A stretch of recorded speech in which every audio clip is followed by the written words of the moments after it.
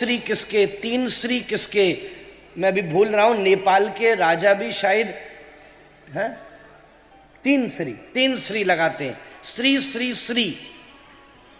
इसी में फिर एक कम आता है 5 श्री लगाते हैं, और फिर उसके बाद 108 श्री, फिर एक और आए अनंत श्री।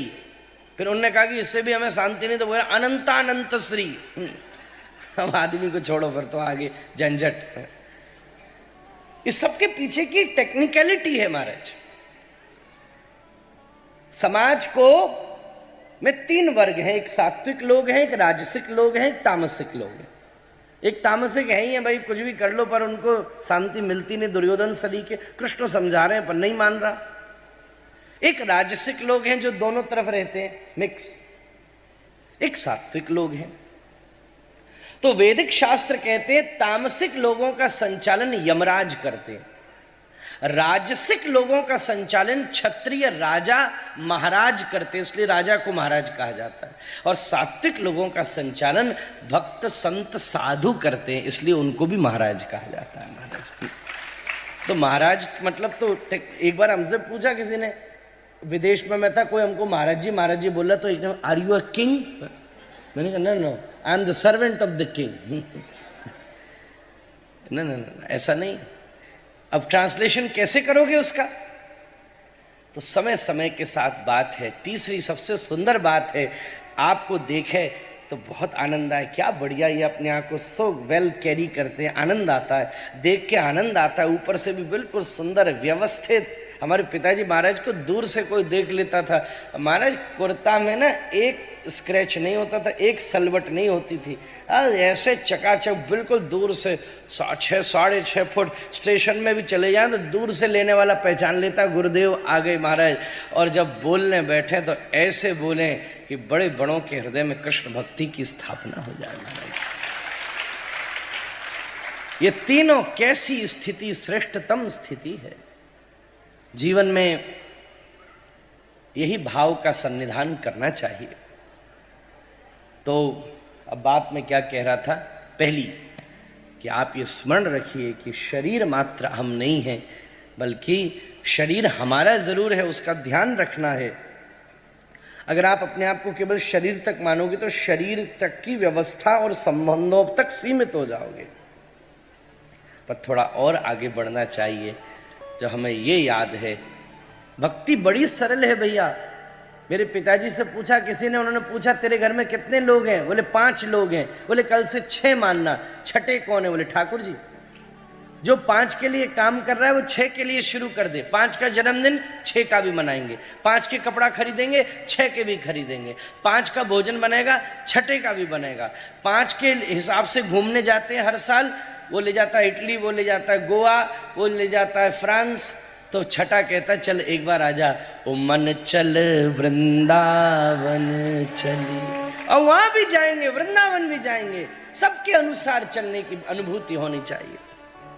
दूसरी बात ध्यान रखिएगा, आपके जीवन में जो श्रद्धा है ना, जो विश्वास है भगवान के चरणों का, वो बड़ी से बड़ी विपत्ति को भी आपके जीवन में उन्नति का मार्ग बना सकती है। दूसरी बात ध्यान में, पूरी कथा का सार है ये। ध्रुव यही है, प्रहलाद यही है, मीरा यही है, शक्कू यही है। श्रद्धा पकड़े रहिएगा बस। सब लुट जाए फिर आ सकता है, श्रद्धा चली जाए तो हर वस्तु होगी पर उसको पाचन करने की शक्ति खत्म हो जाएगी। बड़ी बात। अच्छा एक चीज बताओ, हम आपको बड़े बड़े भगोना भर भर के भोजन दे दें, ध्यान देना, भोजन कर नहीं सकते आप ज्यादा, पर बांट तो आप 10 लाख आदमी को भी सकते हो महाराज।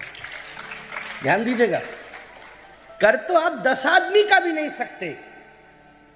जब कुंभ मेला में हमारे बाबूजी जामे, हमें पता है 4-4 महीने रह के 40-40 2-2 महीना में 5-5 10-10 25-25 30-30 लाख आदमी का भोजन हो जाता है। यहाँ भी कितने लोगों को प्रसादी कुछ न कुछ तो, हमने कहा जगह सीमित है, पार्किंग भी बननी थी, जैसी परमिशंस मिल पाई। यहाँ हमें बताया बहन ने, 2-5 दिन पहले तो बनाने की परमिशन मिल पाई कि भाई जैसे तैसे बने, उसके बाद भी ये बन गया, उसके लिए जोरदार ताली बजाइए हमारे।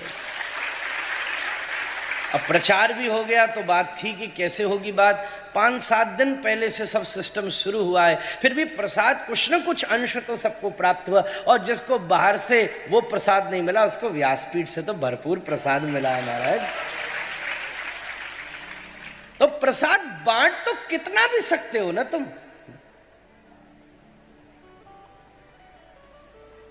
अगर तुम भोक्ता बन जाओगे वस्तुओं के तो सीमित हो जाओगे, परंतु वस्तुओं के लिए माध्यम बन जाओगे। You become zero so the divine can work through you. Are you ready? एक ग्लास, रसोई में जाओ 5-6 ग्लास रखे होंगे, कौन सा पिक करोगे बताओ? जो बिल्कुल साफ, दुर्गंध रहित, व्यवस्थित, यूज नहीं होगा, पवित्र, बढ़िया। तो जब हम एक पानी पीने के लिए एक ग्लास को चेक करते हैं कि बढ़िया से बढ़िया उठाया जाए, तो क्या ठाकुर जी को अधिकार नहीं है कि किसके मन में बैठे? चेक तो कर ले Maharaj. Be ready for his arrival. तीसरी बात, इस दुनिया की सबसे बड़ी औषधि, बड़ी से बड़ी बीमारी की भी आपकी रोग को तो ठीक नहीं कर सकती। हाँ, मैं ये नहीं कहूंगा कि हाँ भाई मैं ये सब चक्करों में नहीं पड़ता, पता सब है अपने को, पर मैं आपसे सच कहूं, धर्म उसको नहीं कहते जो चमत्कार दिखाता है, धर्म उसको कहते हैं जो समझदार बनाता है महाराज। चमत्कार तो है ही है, ठीक है, कुछ चीजें हैं आप भी कर सकते हो, करना चाहो, देयर इज अ प्रोसेस। आप किसी साधना में परिपक्व हो जाओ तो ठीक है, अष्ट सिद्धि नवनिधि के दाता असबर दीन जानकी माता, थोड़ा सा डिकोड कर लो। पर एक यहाँ बूढ़ा बैठा है, इससे बड़ा कौन सा आपका भविष्य हो सकता है, और वो पीछे एक बच्चा बैठा है, इससे बड़ा कौन सा आपका भूत हो सकता है। ये दोनों रियलिटी हैं। बड़ी बात ये नहीं है परिस्थिति बदले, बड़ी बात ये है मनस्थिति बदल जाए। बीमारी तो दूर नहीं हो सकती, वो तो रहेगी रहेगी, पर सारी बीमारियों का मूल क्या है? एक जना बोला मेरे घुटनों में दर्द होता है, मेरे सिर में दर्द रहता है, आंखें कमज़ोर हो गई हैं, जॉइंट्स पेन हो रहे हैं, मेरे को उस वजह से रात में नींद नहीं आती, नींद नहीं आने की वजह से बीपी ऊपर नीचे हो रहा है, हार्ट इश्यूज़ हैं, बीपी ऊपर नीचे है तो लीवर किडनी में प्रॉब्लम्स आने लग गई हैं, लीवर किडनी की प्रॉब्लम की वजह से शरीर में यूरिया ज़्यादा बढ़ रहा है, उसकी वजह से शुगर पे एक्सपोजर हो गया है, शुगर बहुत ज़्यादा बढ़ने की वजह से फिर धीरे धीरे, तो अब ट्रीटमेंट्स के लेयर हैं, ध्यान दीजिएगा। कोई कहे कि भाई ठीक है फिर शुगर की दवाई ले, तो चलो वो तो रुक गया, फिर उसके पीछे का, फिर किसी ने कहा लीवर किडनी की दवाई ले लो, फिर उसके पीछे का, फिर जॉइंट्स पेन की। तो आयुर्वेद के पास अगर आप जाओ तो वो मूल विषय को पकड़ती है कि तुम्हारे शरीर में वायु बढ़ गई है। वात कफ पित्त 3 चीजें हैं, वायु बढ़ गई है। वायु क्यों बढ़ी है? क्योंकि तुम्हारा डाइजेशन बिगड़ गया है। आयुर्वेद के पास जाओ, यही कहेगा शरीर में भोजन पच नहीं रहा इसलिए वायु बढ़ गई है। तो बोले एक काम कर, रोज सवेरे पाचन वाले पपीता पीता जैसे फल खा और रोज थोड़ी दौड़ लगा, जिससे शरीर का डाइजेशन ठीक होगा तो वायु ठीक होगी, वायु ठीक होके जॉइंट्स ठीक होंगे, जॉइंट्स ठीक होके धीरे धीरे धीरे धीरे मूल से सब चीज ठीक हो जाएगी। तो वायु की वजह से शरीर में विकार है। तुमको सुख दुख, हानि लाभ, जीवन मरण, यश अपयश, ये सब चीजों का प्रभाव पड़ क्यों रहा है? क्योंकि मूल में भवरोग हो गया है, और भवरोग की सबसे बड़ी औषधि भक्ति है महाराज। भक्ति सबसे बड़ी मेडिसिन है। मैं आपको एक बात बताऊं, आज के टाइम ये बाबूजी आपने जो ये आयोजन किया है ना ब्रजमंडल ने, सब लोगों ने, आपसे कहूं ये आज के टाइम नेसेसिटी कहनी छोटी बात है। It's not the necessity, it's the medicine Maharaj, ये दवाई है। चौथी बात आपसे एक बात कहूं, अपने जीवन में सदा कृतज्ञ बने रहिए। ये सनातन धर्म का स्वरूप है। वृक्ष में भगवान है, नदी में भगवान है, समुद्र में भगवान। अभी जब वो चले गए, हम उनके सामने कहना चाहते थे, सबने जब उन्होंने कहा राधा रमण लाल की जय तो आपने धीरे से बोला, उन्होंने कहा लक्ष्मी नारायण की जय तो आपने जोर से बोला। अब हमारो दिल है ना थोड़ा वृंदावन वारो है, तो हम तो पकड़ गए यही बात पे। हमने कहा यही तो यहाँ का माहौल है, क्योंकि आज कथा विसर्जित हो रही है, तो राधा रमण लाल की जय में तो पीड़ा होएगी। हाँ, लक्ष्मी नारायण तो सागर यहीं है, समुद्र यहीं है, नारायण तो यहीं रहे वारो, कहीं जावे वारो नहीं, जहाँ दरिया वहाँ नारायण। पर हाँ, राधा रमण तो जमुना मिलन हुआ था, तो निश्चित रूप से राधा रमण लाल की जय जो धीरे बोला वो ठीक ही बोला, और लक्ष्मी नारायण की जय जो बोला जोरते वो ठीक ही बोला। वृंदावन का भाव तो यही कहता है ना कि हृदय सदा इस बात के लिए कृतज्ञ है कि ठाकुर जी आपने इतनी देर हम पर दृष्टि तो डाली। महाराज कृतज्ञ बने रहिए।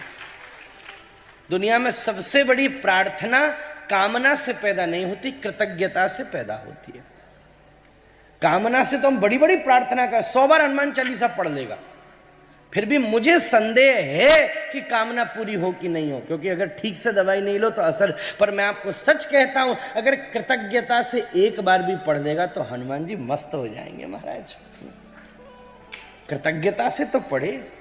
कामना से भागवत सुनेगा तो हो सकता है 7 दिन बाद भी पूरी न उतरे, पर कृतज्ञता से सुन लेगा तो 1 मिनट श्लोकार्धम श्लोक पदम, उतना भी जीवन धन्य हो जाएगा। महाराज जीवन में एक बात बड़ी विशेषता से 5वीं ध्यान रखिएगा। हमारे जीवन में हम सदा अपने ईगो को पकड़े रहते हैं। आई एम दिस, तो जैसे हिरण्यकश्यपु ने ईगो को, ये बिल्कुल सार की बात बता रहा हूं, detached from the ego and attached to the purpose. यही देखो, जितनी दुविधा में, बहुत मेरी बात ध्यान से सुनने की कोशिश कीजिएगा, फिर हम बचे हुए प्रसंग कहकर विश्राम करेंगे, पर यह सार देना जरूरी है। बंबई में बैठा हूं, युवा बैठे, उनको इस चीज की आवश्यकता है आज के समय। जिस दुविधा में अर्जुन है, उस दुविधा में दुर्योधन भी है। तभी गीता के प्रारंभ में वो सबके पास जाके चेक कर रहा है। आप देखो पहला अध्याय, द्रोणाचार्य के पास खड़ा है, महाराज ये आए, ये शंख बजा रहे हैं, उनकी तरफ ये खड़े, हमारी तरफ ये खड़े, दोनों तरफ का एनालिसिस कर रहा है। पंचजन्यम ऋषिकेशो देवदत्तम धनंजय पौंड्रम दद्मौ महाशंकम भीम कर्मा भृकोदरा, सब कह रहा है। और ये तक कहता है अपर्याप्तम तदस्माकम बलम भीमाभिरक्षितम पर्याप्तम तदमे तेषाम बलम भीष्माभिरक्षितम। उनकी सेना को भीम ने सुरक्षित रखा है, हमारी सेना को भीष्म ने सुरक्षित रखा है। देखो सब देख रहा है, वो भी दुविधा में। जैसे अर्जुन दोनों तरफ के लोगों को देख रहा है, ऐसे दुर्योधन भी दोनों तरफ के लोगों को देख रहा है। पर कितनी सुंदर बात है, दुविधा होते हुए भी दुर्योधन अभिमान में है, इसलिए समाधान नहीं मांग रहा। अर्जुन को भगवान श्री कृष्ण ने उद्देश्य प्रदान कर दिया, इसलिए समर्पित हो गया। कार्पण्य दोषो परित स्वभाव, हे प्रभु मेरा मार्गदर्शन करो। और भगवान ने एक ही चीज बता दी, मां मनुष्यमर युद्ध च, मुझे याद किए जा और लड़ाई किए जा, बस तू चिंता मत कर, मस्त रहे। हम अपने अभिमान से बड़े चिपके हैं, वो हमें यहां बैठना चाहिए। अरे एक और बात बताऊं, कुछ होने का अभिमानी नहीं होता बाबूजी, कुछ नहीं होने का भी अभिमान होता है। एक आदमी बोला, don't you know I am so humble. एक जन, महाराज मैं तो कथा में पीछे ही बैठता हूं बस, मैंने ये भी अभिमान है। भाई तू आगे आ जा, क्या प्रॉब्लम है? बोले मैं तो कथा में नीचे ही बैठता हूं। नहीं, मैंने इसमें भी प्रॉब्लम है। बल्कि सबसे बड़ी निराभिमानता क्या है, जो बना दोगे बन जाएंगे, जहां भेजो वहीं जाएंगे। जिस देश में रहें, जिस वेश में रहें, हम तो तेरे ही गुण गाएंगे, जो बना दोगे बन जाए। पानी कैसे रहता है?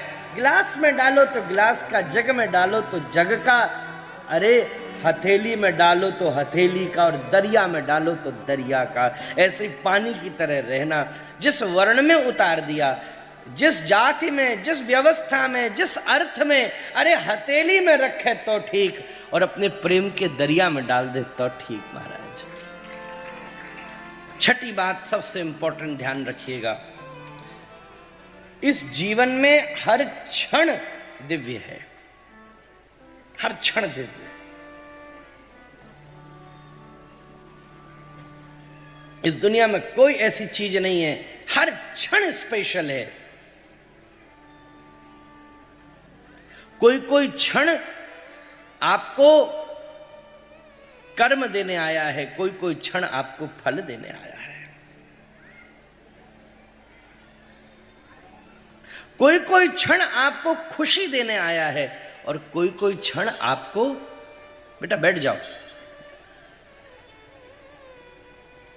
कोई क्षण आपको खुशी देने आया है, और कोई क्षण आपको तैयार करने आया है। महाराज, ध्यान दीजिएगा, एवरी मोमेंट इज सेक्रेड।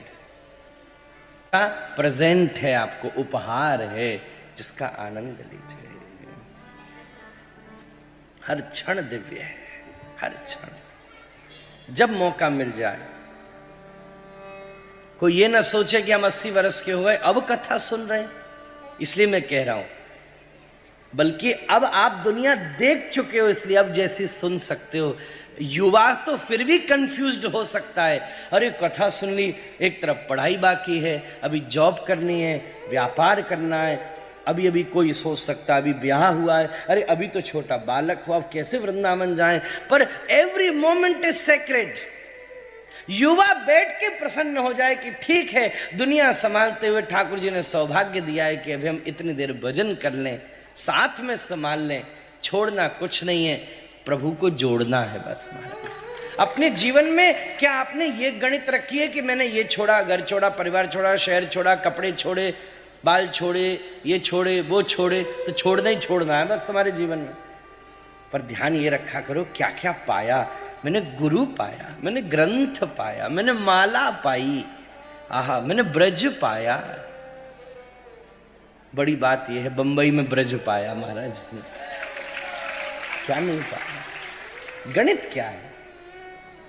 और कोई 80 वर्ष का सुन रहा है तो भी मस्त हो जाए, वाह अब तो अच्छी बात है, अब तो सुन ली, अब तो सुन ली। जब जागो तब सवेरा, बुद्ध का सूत्र है, आपदेवो भव, जब जागो तब सवेरा है। महाराज, कोई ये सोचे कि भाई जीवन आज लास्ट दिन बचा है। परीक्षित के पास 7 दिन थे, 7 दिन, और सोचता बस 7 ही दिन, अब क्या करूं, न योग कर सका, न ये कर, व्रत करना, क्या करूं। मैं आपको सच बात बताऊं, आज दिन भर इतने व्यस्त रहे कि कुछ भजन ही नहीं हुआ, पर सोने से पहले भी याद आ गई ना, क्या कुछ नहीं हुआ, कोई बात नहीं, प्रसन्न हो जाना। कम से कम सोने से पहले तो एक बार हरे कृष्ण कृष्ण कृष्ण हरे हरे, हरे राम राम राम हरे। प्रभु तेने सोने से पहले याद दिला दिया, बहुत बढ़िया, कोई बात नहीं। क्या भगवान ये जो संख्या है ना, इससे भगवान नहीं मिलेंगे, संख्या से अनर्थ निवृत्ति होगी।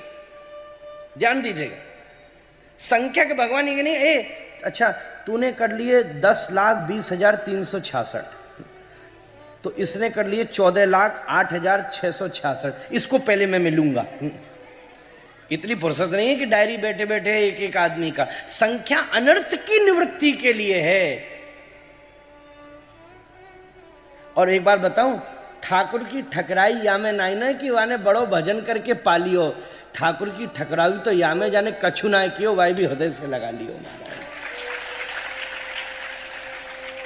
गजेंद्र को तारो यानी आवनी को जावनी को, भोजन पकावनी को मीराबाई तारी है। अरे नरसी को तारो यानी हिसाब बनवानवी को।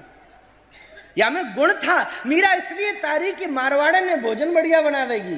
हाथी इसलिए तारा कि जरा कम्युनिकेशन व्हीकल मिल गया। नरसी हिसाब में एक नंबर को, वैसे ही गुजराती और फिर बढ़िया और एक नंबर को हिसाब बनाए कि देखो महाराज भगत कहवे प्रभु मोकू तारो, जा में कोई गुण नहीं है, इसमें तो पता चले कि तुम में कोई ठकुराई है महाराज। मोकू तारो या में आपकी भलाई है। इस बात का सहज रूप से स्मरण कीजिएगा। Every moment is sacred. और लास्ट बात आप सबको कहूं, last but not least, live for service not for success. अपने जीवन में सेवा के लिए जीवित रहिए। सफलता के लिए जीवित रहोगे तो तुम्हें सदा हताशा साथ है, क्योंकि हर कदम पर थोड़े दिन में कोई ना कोई सफल बड़ा दिखेगा। तुम गाते बहुत अच्छा, थोड़े दिन बाद कुछ और गाने वाला मिल जाएगा। तुम बोलते बहुत अच्छा, थोड़े दिन में कोई और। तुम टॉप 10 लिस्ट में आते हो तो वो हर 10-12 साल में बदल जाती है महाराज। इस शहर से ज्यादा कौन जानता होगा इस बात को। यहां ये बड़ी बात नहीं है कि इतना बड़ा आयोजन हुआ, यहां ये बड़ी बात है कि हम इतने लोगों की सेवा कर पाए महाराज। ये सेवा की सफलता है। Live for service not just for success. ये 7 सूत्र भागवत के 7 दिन का सार अपनी अनुभूति से आपको कहना चाहता था। और अंतिम बात गा के कहूंगा, हरि का भजन करो, हरि है हमारा।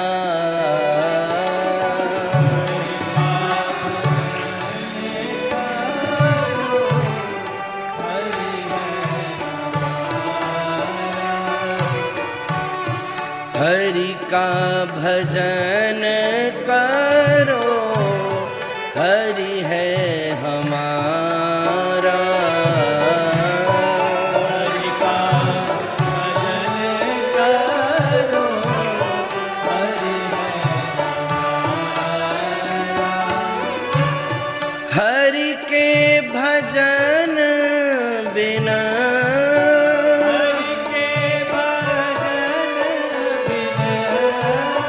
कृष्ण के भजन बिना, कृष्ण के भजन बिना नाही गुजारा।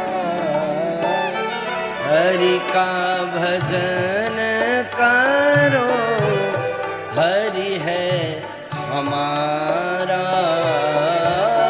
हरि का भजन करो, हरि है हमारा। ओ हरि बोल, हरि बोल, हरि बोल, हरि बोल, हरि बोल, हरि बोल, हरि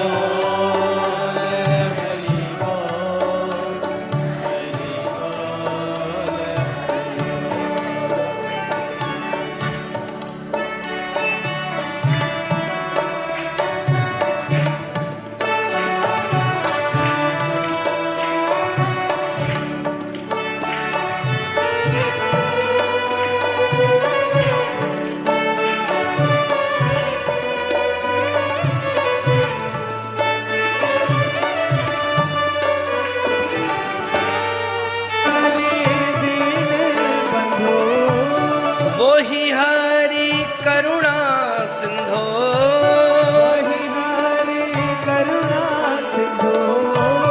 नमो बारंबार।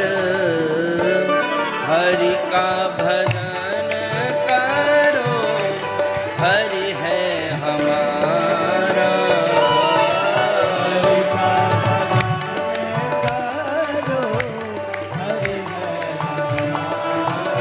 हरि बोल, हरि बोल, हरि बोल, हरि बोल। हरि बोल, हरि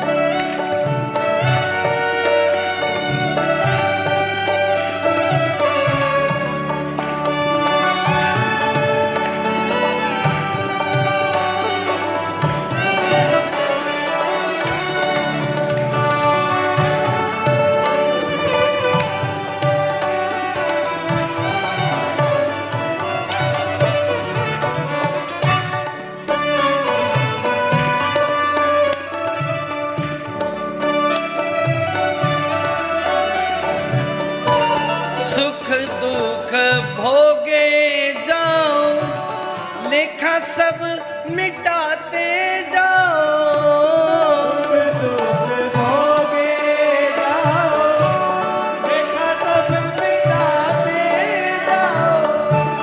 हरि गुण गाते जाओ, हरि को रिझाते जाओ। गुण गाते जाओ, हरि को रिझाते जाओ। वही हरि दीन बंधो,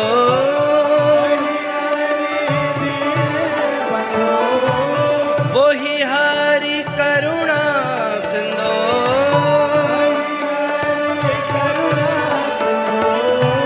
सबका है प्यारा, हरि का भजन करो, हरि है हमारा।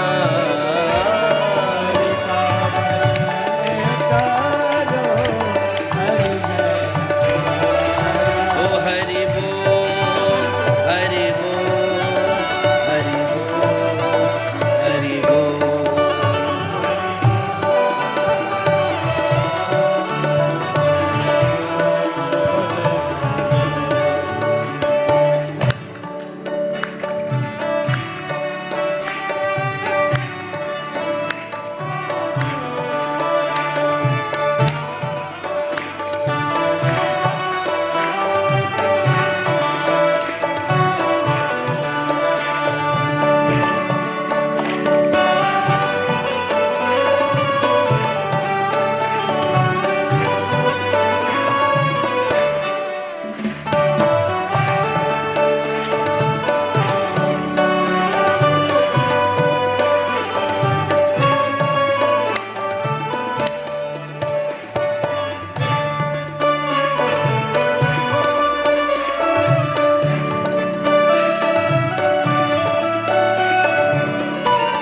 तीनों पर दया करो, बने तो सेवा भी करो।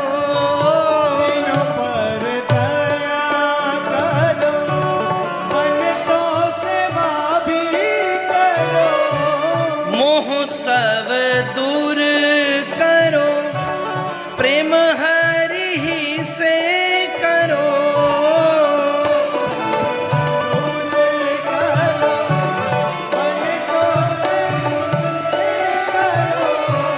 यही भक्ति यही योग, यही भक्ति यही योग,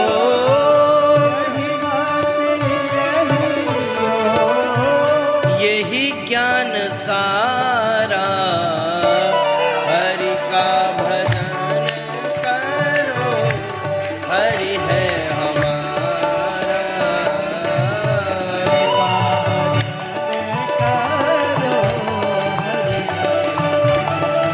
ओ हरि बोल, हरि बोल, हरि बोल, हरि बोल।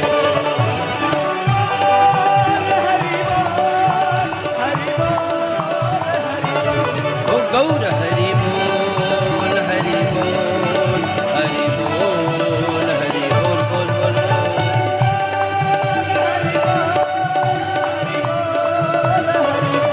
ओ गौर हरि बोल, हरि बोल, हरि बोल, हरि बोल।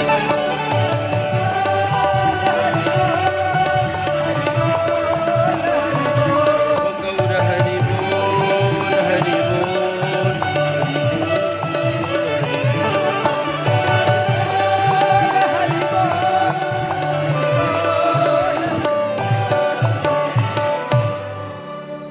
गौर प्रेमानंद हरि हरि बोल। श्री ठाकुर जी का रुक्मणी जी के साथ अति मंगल में दिव्य विवाह संपन्न हुआ। कल हमने तुलसी शालिग्राम विवाह का दिव्य मंगल में मनोरथ यहाँ संपन्न किया। श्री ठाकुर जी द्वारिका विराजते हैं। वृंदावन भगवान की रसपीठ है, मथुरा तत्वपीठ है, हस्तिनापुर कर्मपीठ है और द्वारिका श्री प्रभु की योग पीठ है। योग योगेश्वर भगवान श्री कृष्ण वहां विराजमान हैं।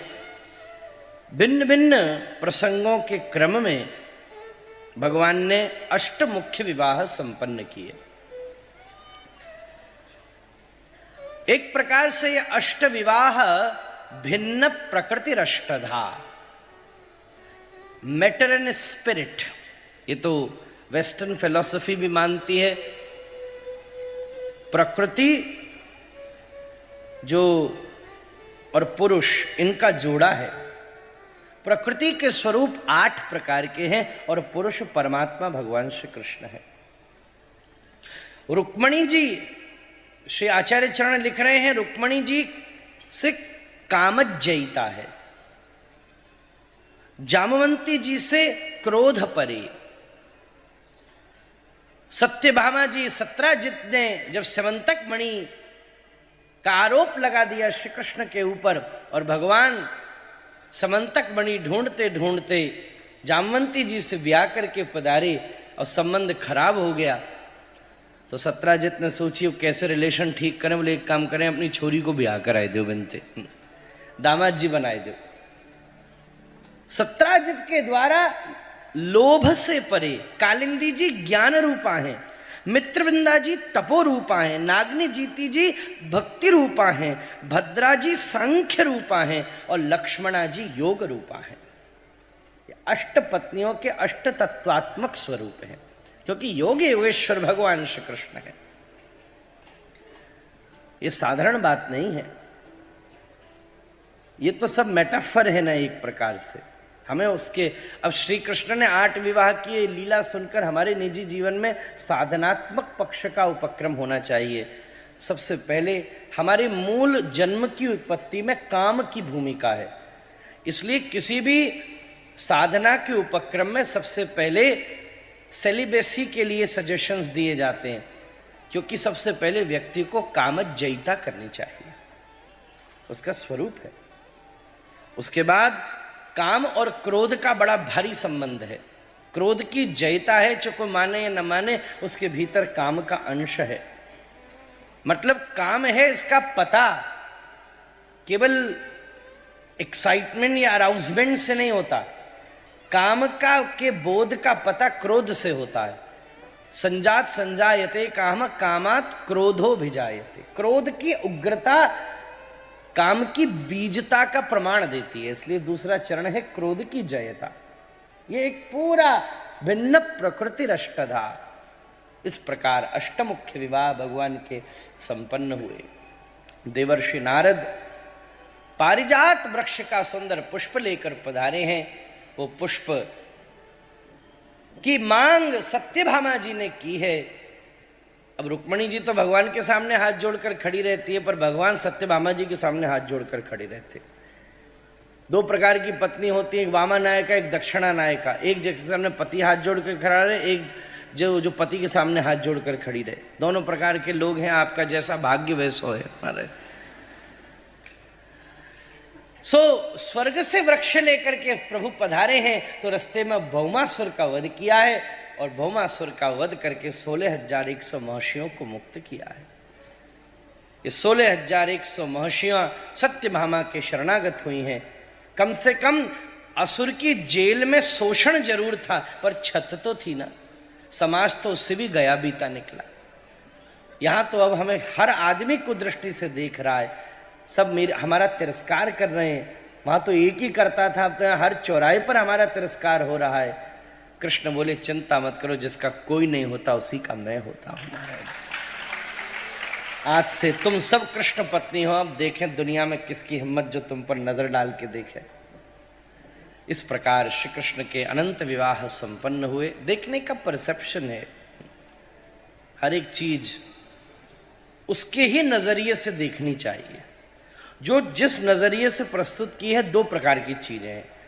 जो प्रस्तुत की गई है उसका क्या नजरिया है और आपका क्या नजरिया। जो चीज प्रस्तुत हुई है उसमें उसका क्या नजरिया था, उससे तो उस प्रस्तुति का पता चलता है, और आपका क्या नजरिया, उससे आपका पता चलता है। Please understand. जैसे हमने यहां आपको कथा सुनाई, तो हमने जो कथा सुनाई वो एक प्रकार से व्यासपीठ का नजरिया है, भागवत का, गुरु परंपरा का जो हमारा। अब आपने उसको जिस नजरिए से देखा उससे कथा का नहीं पता चला, उससे आपके नजरिए का पता चला।